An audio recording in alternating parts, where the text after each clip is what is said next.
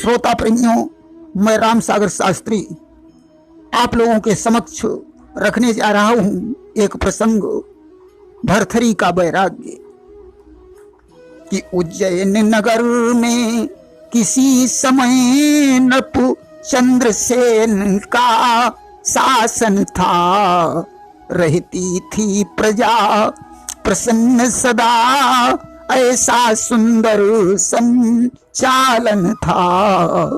देखिए, उज्जैन नगर में महाराज चंद्रसेन का शासन था। उनके शासन काल में प्रजा बड़ी प्रसन्न थी। महाराज चंद्रसेन की रानी का नाम रूप देवी था, जो तनमन धन से अपने पति की सेवा करती थी। कि पटरानी का पद पाकर भी पति पर बलिहारी जाती थी। वह फूलों की सैया वाली सेवा में समय लगाती थी। रानी के 2 पुत्र और 1 कन्या थी, जिसमें कन्या मैनावती का विवाह राजा ने धौलागढ़ के राजा पद्मसेन के साथ कर दिया, जिससे गोपी चंद का जन्म हुआ था। राजा चंद्रसेन के बड़े पुत्र का नाम भरथरी और छोटे पुत्र का नाम विक्रमादित्य था। धीरे धीरे दोनों पुत्र बड़े हो गए। राजा ने भरथरी का विवाह सिंघल द्वीप की राजकुमारी पिंगला से कर दिया। कुछ दिनों के बाद राजा के हृदय में वैराग्य उत्पन्न हो गया। उसने भरथरी को राज्य दे दिया और जंगल में तपस्या करने चला गया। कि वैराग्य सताया राजा को, घर बार छोड़ प्रस्थान किया। सब छोड़ राजपद की ममता, हरि के चरणों का ध्यान किया। अब भरथरी उज्जैन का राजकाज देखने लगे। भरथरी बड़े धर्मनिष्ठ ज्ञानी और भगवान शंकर के परम भक्त थे, परंतु उनकी रानी पिंगला बड़ी कुटिल हृदय वाली, अत्यंत रूपवती और उल्टा स्त्री थी। कहा जाता है, सुंदरता तभी शोभा देती है जब उसके गुण भी सुंदर हो। जैसे कोई फूल देखने में बड़ा सुंदर हो, परंतु उसमें सुगंध न हो, तो उसके सुंदर होने से क्या फायदा है। इसीलिए शरीर की सुंदरता से गुणों की सुंदरता अधिक महत्व रखती है। कि उसके शरीर की शोभा से रति प्रभा मंद पड़ जाती थी। उसके उजले मुख की आभा बिजली का मान घटाती थी। पिंगला बड़ी सुंदर थी। राजा भरथरी पिंगला को बहुत चाहते थे। गोस्वामी बाबा तुलसीदास जी ने सत्य ही लिखा है कि राखी नारी यद्यपि उर्माही, युवती शास्त्र भूप बस नाही। स्त्री को भले ही अपने हृदय में स्थान दे दिया जाए, परंतु युवती शास्त्र और राजा ये किसी के बस में नहीं होते हैं। और भी लिखा कि भ्राता पिता पुत्र उर्गारी, अपुरुष मनोहर निरखई नारी। भाई हो चाहे पिता हो, भले ही पुत्र क्यों न हो, स्त्री सिर्फ मनोहर पुरुष को देखती है। राजा के यहाँ घोड़ों की देखभाल करने वाला एक नौकर था, जिसे अश्वपाल कहते हैं। रानी ने एक दिन अश्वपाल को देखा और विचार करने लगी, यह नौकर कितना सुंदर और जवान है। राजा को तो राज दरबार देखने से ही फुर्सत नहीं है, आज तो क्यों नहीं इस अश्वपाल से प्रेम कर लिया जाए। आज इसने दासी भेजकर अश्वपाल को महलों में बुलवाया। कि अश्वपाल महलन बुलवाई, और रानी लीन होने बढ़ाई, और उससे प्रेम कर लिया। अश्वपाल हृदय में विचार करने लगा, अगर मैंने रानी की बात को ठुकरा दिया तो मौत के मुंह में जाना पड़ेगा, और अगर ये राजा भरथरी को मालूम हो गया तो भी मौत के घाट उतरना पड़ेगा। राजा तो जब जान पाएगा तब मुझे मौत की सजा देगा, परंतु रानी की बात यदि नहीं मानी तो यह अभी त्रिया चरित्र फैलाकर मुझे मरवा डालेगी। अस्तु उसने रानी की बात को स्वीकार कर लिया। अब तो दोनों एक दूसरे से छुप छुप करके मिलने लगे। एक दिन की बात है, जब अश्वपाल रानी से मिलने के लिए गया, उसी समय विक्रमादित्य आ गए। ऐसा करिश्मा देखकर विक्रमादित्य का हृदय घृणा से भर गया। विचार करने लगे, ये कैसी स्त्री है जिसने मेरे कुल में दाग लगा दिया। मुझे मौका पाकर यह बात भैया भरथरी को बतानी पड़ेगी। विक्रमादित्य चुपचाप वहां से चले गए और इधर रानी ने विचार किया कि विक्रमादित्य हमारे रास्ते का रोड़ा है, आज तो इस रोड़े को हटाना पड़ेगा। गोस्वामी तुलसीदास जी लिखते हैं कि काहन पावक जारी सक, कान समुद्र समाई, कान करे अबला प्रबल, के ही जग काल न खाई। आग किसे नहीं जला सकती है, समुद्र में क्या नहीं समा सकता है, काल किसे नहीं खा सकता है, और एक अबला जब सबला बन जाए तो वह क्या नहीं कर सकती है। त्रिया चरित्रम पुरुषस्य भाग्यम, और देवो न जानासि कुतो मनुष्य। स्त्री का चरित्र और पुरुष के भाग्य को देवता भी नहीं जानते हैं। आज रानी ने अपना त्रिया चरित्र फैलाया। उसने अपना सारा श्रृंगार बिगाड़ दिया, बालों को बिखेर लिया, वस्त्रों को फाड़ डाला, आंखों में आंसू भरकर जमीन पर लेट गई। दासी को भेजकर महाराज भरथरी को बुलवाया। ज्यों ही भरथरी महलों में आए, रानी जोर से रोने लगी कि जब स्वामी को आते देखा तो त्रिया चरित्र दिखाने लगी, नीचे को करके सर अपना नैनों से नीर बहाने लगी। भरथरी ने कहा, प्रिय आज तुम्हारा ये हाल क्यों है? यह प्राण प्रिय है ये क्या, बोलो बेढंगा ढंग कैसा, क्यों सूरजमुखी झुकी सी है, पूनों का आज चंद्र कैसा, जिन आंखों ने हो त्रास दिया, बे आंखें फुड़वा दूंगा मैं, और जो जिभ्या कड़वा बोली हो वह जिभ्या खिंचवा लूंगा मैं। अरे जिसने तुम्हारी तरफ अपनी निगाह उठाई हो उसकी दोनों आंखें निकलवा लूंगा, जिसने तुम्हें कठोर वचन कहे हो उसकी जुबान खिंचवा लूंगा। बताओ तो आखिर बात क्या है? रानी बोली, क्या कहूं नाथ, कहने में लज्जा आती है, जो कथा उठाई जाती है वो व्यथा आज बन जाती है। रानी ने कहा, स्वामी क्या कहूं और कैसे कहूं, मुझे कहने में लज्जा आ रही है। भरथरी ने कहा, नहीं प्रिय, लज्जा छोड़कर बताओ आखिर क्या बात है। रानी ने कहा, सुनो कि हे नाथ, तुम्हारे भाई ने मुझको बद नजर निहारा है, जबरन मेरी इज्जत लूटी, देखो क्या हाल हमारा है। स्वामी, तुम्हारा जो छोटा भाई है विक्रम, उसने जबरदस्ती मेरी इज्जत पर हाथ डाला है। अब तो मैं मुंह दिखाने की काबिल नहीं रही। भरथरी कहने लगे, प्रिय विक्रम हमारा छोटा भाई है, तुम उसकी भौजाई हो, वह तुम्हें माता की नजर से देखता है, ऐसा कदापि नहीं हो सकता। सच में चाहे हो आग प्रकट, चाहे रवि शीतल हो जाए, गंगा पूरब से पश्चिम हो, व्यवहार जगत का टल जाए, पर ऐसा होना मुश्किल है। विक्रम प्रिय अनुज हमारा है, उसने तुमको बदनजर रखा, ये कहना झूठ तुम्हारा है। भले ही चंद्रमा में आग प्रकट हो जाए, सूर्य शीतल हो जाए, गंगा की धारा पलट जाए, संसार का व्यवहार नष्ट हो जाए, परंतु विक्रम हमारा अनुज है, मैं उसे अच्छी तरह से जानता हूं, वह ऐसा कभी नहीं कर सकता है। तुम झूठ बोल रही हो।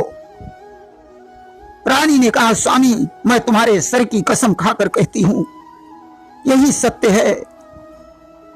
भला तुमसे प्यारा मेरे लिए और कौन हो सकता है। भर्तृहरि आज लाचार हो गए।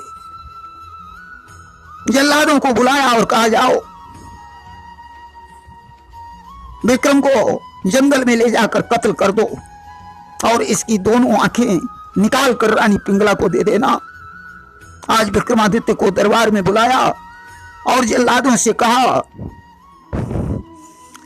कि ले जाओ जल्लादों इसको, जंगल में जाकर कत्ल करो, आंखें निकाल कर ले आना, मेरी आज्ञा पर अमल करो। विक्रमादित्य ने कहा, भैया बिना सोचे समझे तुमने इतना बड़ा फैसला ले लिया कि हे भाई मुझको बतलाओ यह कैसा भाईचारा है। मैं निरपराध हूं, दोष नहीं, नारी ने ढोंग पसारा है। अरे भैया मैं सत्य कहता हूं, मैं निरपराध हूं, ये स्त्री की चाल है। अरे यह उल्टा है, आज मुझे मरवा रही है या कल तुम्हें भी मरवा देगी। मैं तो मारा ही जाऊंगा या तुमको भी मरवा देगी। विश्वास मान मेरे भैया, ये शीघ्र जुल्म करवा देगी। विक्रमादित्य ने बहुत कुछ कहा, परंतु भर्तृहरि तो रानी के ऊपर आंख बंद करके विश्वास कर रहे थे। जिस समय जल्लाद विक्रमादित्य को लिए जा रहे थे, उसी समय एक बूढ़े मंत्री को विक्रमादित्य पर दया आ गई। उसने जल्लादों से कहा, विक्रमादित्य को मारना नहीं, या निरपराध हैं, इनको ले जाकर इनके मामा के राज्य में छोड़ देना और किसी हिरण की आंखें निकालकर रानी को दे देना। आज जल्लादों ने ऐसा ही किया, विक्रमादित्य को छोड़ दिया, एक हिरण को मारकर उसकी आंखें निकाल ली और पिंगला को दे दी। पिंगला ने उन आंखों को अपने पैरों से कुचल डाला और बड़ी प्रसन्न हुई कि मेरी रास्ता का रोड़ा समाप्त हो गया है।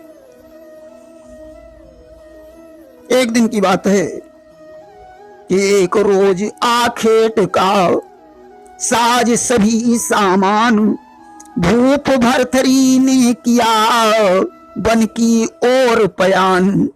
राजा भर्तृहरि घोड़े पर सवार होकर एक दिन अपनी रानी पिंगला के सहित शिकार खेलने जंगल में गए।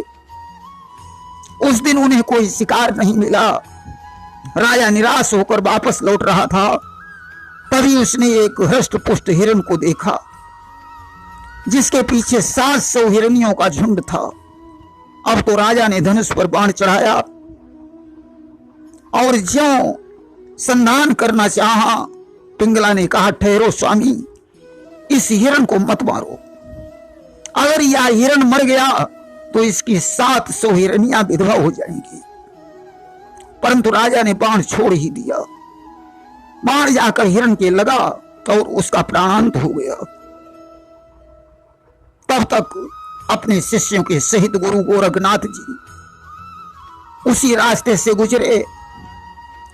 हिरण के मृत शरीर को देखकर गोरखनाथ ने कहा, राजन तुम कितने निर्दयी हो कि इस निरपराध का वध करके तुमने क्या पुण्य कमाई है। कितने निर्दयी हो तुम राजन, जो दया न दिल में आई है। निरपराध को मारना बहुत बड़ा पाप है। इस हिरण के पीछे इसकी 700 हिरनियां विधवा हो गई। राजा ने कहा, तेरे हृदय में बहुत बड़ी दया है, मैं निर्दयी हूं। अगर तू सच्चा संत है तो मैंने इसका वध किया है और तू तपस्या के बल से इसे जिंदा कर दे, वरना यह उपदेश देना बंद कर दे कि तू संत अगर कहलाता है दिल में यदि दया विचारी है तो इस मृग को जीवित कर दे, देखें कितना तपधारी है।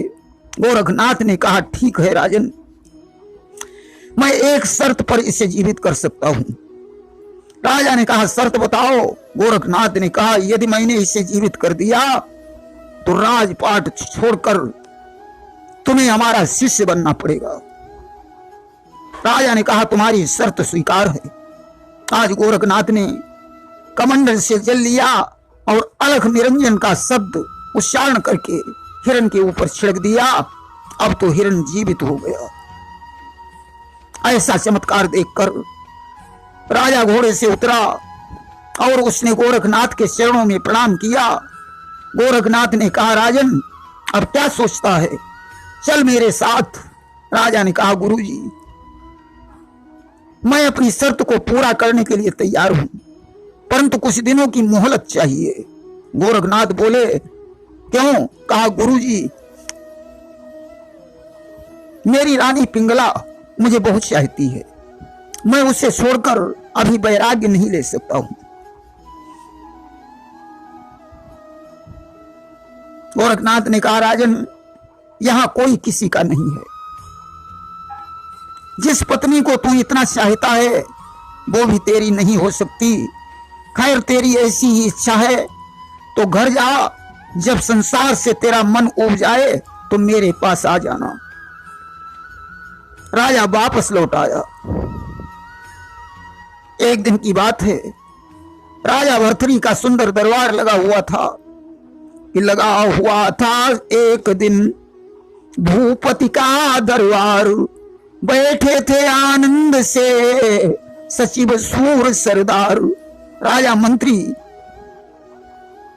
और सरदारों के सहित दरबार में आनंद से बैठा हुआ था। उसी समय ब्राह्मण का वेश बनाए हुए गुरु गोरखनाथ ने दरबार में प्रवेश किया।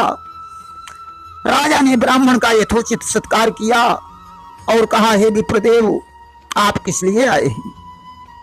गोरखनाथ ने कहा राजन मेरा नाम जयंत है, मैंने राजा इंद्र की तपस्या करके एक अमर फल प्राप्त किया है, इसे खाकर मैं अमर हो सकता हूं, परंतु मेरा ऐसा विचार है कि आप बड़े न्यायी और प्रतापी राजा हैं जो गलती करने पर अपने भाई को भी प्राणदंड दे देते हैं, इसलिए मैं यह अमर फल आपको भेंट करता हूं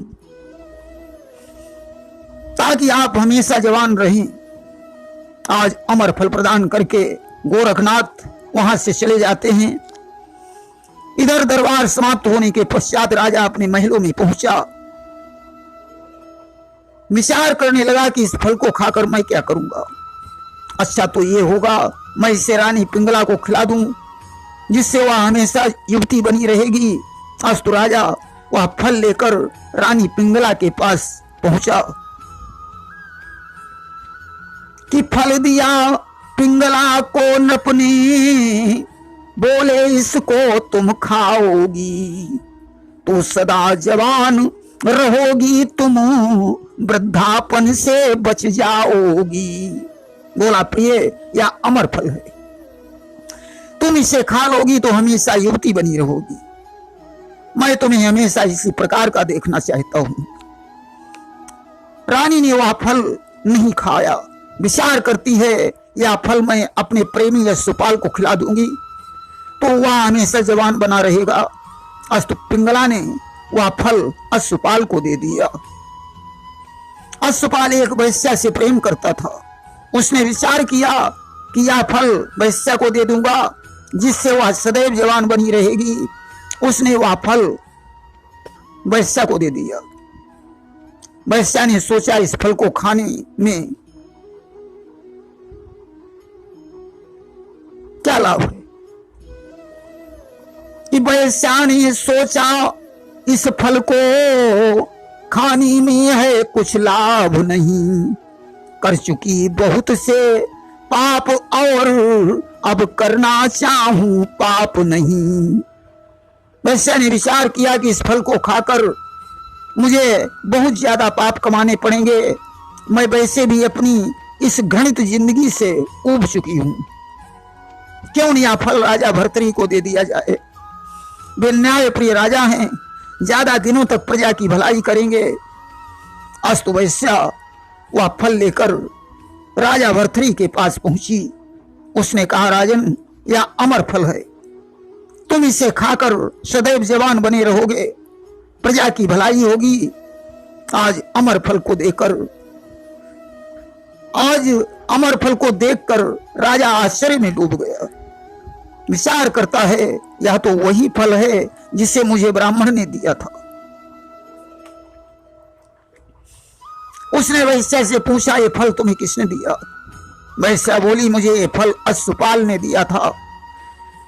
अब तो राजा समझ गया कि हमारी रानी का अश्वपाल से कोई नाजायज संबंध है। सज्जनों,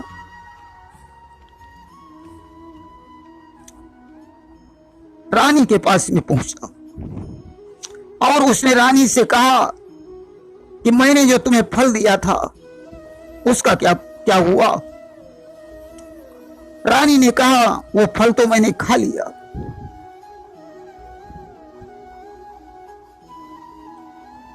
राजा ने कहा, तो फल ये मेरे पास कहां से आया? आज फल को देखकर पिंगला आश्चर्य में डूब गई। राजा ने अश्वपाल को दरबार में बुलाया और पूछा, तुम्हें फल किसने दिया था? आज अश्वपाल का शरीर थरथराने लगा कि अश्वपाल कंपित हुआ सुन राजा के वचन, तन कंपित होने लगा झुके शर्म से नयन। आज शर्म से अश्वपाल की आंखें झुक गईं। उसने कहा, राजन, मुझे ये फल महारानी जी ने दिया था। राजा ने रानी से कहा, सुन लिया तुमने? अरे मैंने तुम्हें क्या समझा था और तुम क्या निकली? मैंने तुम्हारे ऊपर कितना विश्वास किया था और तुमने मुझे कितना बड़ा धोखा दिया। तुम्हारे पीछे मैंने अपने सगे भाई का कत्ल करवा दिया। हाय, मैं कितना बड़ा हत्यारा हूं। आज भर्तृहरि विक्रमादित्य को याद करके विलाप करने लगे। शाही पोशाक उतार कर योगी आवेश धारण कर लिया। राजमहल को ठोकर मारकर गुरु गोरखनाथ की शरण में चले गए। इधर सज्जनों, सिंहासन सोना देखकर महामंत्री ने विक्रमादित्य को बुलवाकर सिंहासन पर बैठा दिया। विक्रमादित्य ने अश्वपाल को अपने राज्य से निकाल दिया। रानी पिंगला के लिए एक अलग दूसरा महल बनवा दिया और उसकी देखभाल करते रहे। प्रेम से बोलिए वृंदावन बिहारी लाल की जय।